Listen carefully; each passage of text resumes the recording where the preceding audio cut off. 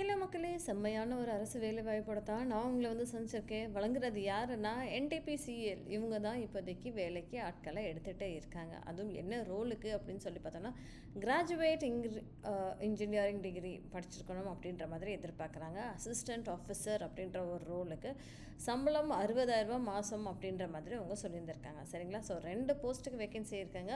ஒன்று environment management படித்தவங்களுக்கு assistant officer அப்படின்ற ஒரு ரோலுக்குமே, இன்னொரு அசிஸ்டண்ட் ஆஃபீஸர் சேஃப்டி ரிலேட்டடாக இருக்கு இல்லையா, அந்த ஒரு ரோலுக்கு. ஸோ என்விரான்மெண்ட் மேனேஜ்மெண்ட்டாக நீங்கள் அதுக்கு என்ன படிச்சிருக்கணும் அப்படின்னா, இன்ஜினியரிங் டிகிரி முடிச்சிருக்கணும், அதில் என்விரான்மெண்ட் சயின்ஸ் பற்றி படிச்சிருந்துருக்கணும், 60% மார்க் வாங்கியிருக்கணும் அப்படின்ற மாதிரி சொல்கிறாங்க. ஃபுல் டைம் பிஜி டிகிரியாக இருக்கணும், பிஜி டிப்ளமோ இல்லை எம்எஸ்சி எம்டெக் என்விரான்மெண்டல் இன்ஜினியரிங்கில் இல்லை என்விரான்மெண்டல் சயின்ஸில் என்விரான்மெண்டல் மேனேஜ்மெண்ட்டை நீங்கள் முடிச்சிருந்தா சந்தோஷம் அப்படின்ற மாதிரி அவங்க சொல்லியிருக்காங்க. வயது வரம்பு 30 வயசுக்குள்ளே தான் இருக்கணும் அப்படின்ற மாதிரியும் அவங்க எதிர்பார்க்குறாங்க. சரிங்களா? ஸோ வேகன்சி அப்படின்னு சொல்லி பார்த்தோன்னா, உங்களுக்கு மூணே வேகன்சி தாங்க இருக்குது. இந்த மூணு வேகன்சிஸை தான் ஃபில் பண்ண போகிறாங்க. சரிங்களா? ஸோ இன்னொரு போஸ்ட் என்ன அப்படின்னா, அசிஸ்டண்ட் ஆஃபீஸர் சேஃப்டி அப்படின்ற ஒரு போஸ்ட்டுக்கு இதுக்கு நீங்கள் என்ன படிச்சிருக்கணும் அப்படின்னு சொல்லி பார்த்தோன்னா, engineering degree mechanical, electrical, electronics, civil, production, chemical, construction, instrumentation, எந்த ஒரு இதுவுமே ஒரு 60% மார்க்குக்குள்ளே நீங்கள் வாங்கியிருந்தா போதும் அப்படின்ற மாதிரி அவங்க சொல்லியிருக்காங்க. டிப்ளமோ படிச்சிருந்தாலும் ஓகே, பிஜி டிப்ளமோ படிச்சிருந்தாலும் சரி, PG diploma in industrial safety படிச்சிருந்தாலுமே ஓகே அப்படின்ற மாதிரி அவங்க சொல்லியிருக்காங்க. 45 வயசுக்குள்ளே இருக்கணும். 2 வேகன்சிஸுக்கு ஆளுங்களை எடுத்துகிட்டு இருக்காங்க. சரிங்களா?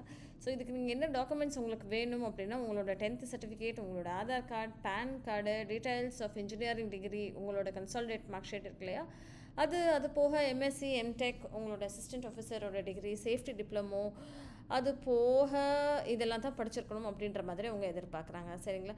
ஸோ செலெக்ஷன் ப்ராசஸ் எப்படி இருக்கும் அப்படின்னா, ஒரு ஆன்லைன் பேஸ்ட் டெஸ்ட்டு இருக்கும். அது போக உங்களோட சப்ஜெக்ட் பேஸ்டும் டெஸ்ட்டு இருக்கும், ஆப்டிடியூட் டெஸ்ட்டும் இருக்கும் அப்படின்ற மாதிரி அவங்க சொல்லியிருந்திருக்காங்க. ஸோ இங்கே கொடுத்துருக்காங்க பாருங்கள், இந்த ஸ்பிரிட் எப்படி இருக்குது அப்படின்னு சொல்லி பார்த்தோன்னா, நான் சொல்லியிருந்தேன் அசிஸ்டண்ட் ஆஃபீஸர் 3 பேரை எடுக்கிறாங்கன்னு சொல்லிட்டு, அந்த 3 பேரையுமே யூஆர் கேட்டகரியிலேருந்து தாங்க எடுக்கிறாங்க. சரிங்களா? அடுத்தது அசிஸ்டண்ட் ஆஃபீஸர் சேஃப்டி ரிலேட்டடாக 2 பேரை எடுக்கிறாங்கன்னு சொல்லியிருந்தேன் இல்லையா, அந்த 2 பேரையுமே அவங்க யூஆர் கேட்டகரியில் தான் எடுக்கிறாங்க. ஓகேங்களா? ஸோ இது அப்ளை பண்ணணும் அப்படின்னு ஆசைப்பட்டீங்களா, நான் லிங்க்கை டிஸ்கிரிப்ஷன் பாக்ஸில் நான் கொடுக்குறேன். ஓகேங்களா? நீங்கள் கிளிக் பண்ணி அப்ளை பண்ணிக்கோங்க. இந்த ஆன்லைன் அப்ளிகேஷன் என்னைக்கு நமக்கு ஸ்டார்ட் ஆகுது அப்படின்னு சொல்லி பார்த்தோன்னா, 21/4 தான், அதாவது 4வது மாதம் 21ஆம் தேதி தான் ஸ்டார்ட்டே பண்ணுறாங்க. ஓகேங்களா? ஸோ கடைசி நாள் அப்ளிகேஷனை ஃபில் பண்ணுறதுக்கு அப்படின்னா 5/5 அப்படின்ற மாதிரி சொல்லியிருக்காங்க.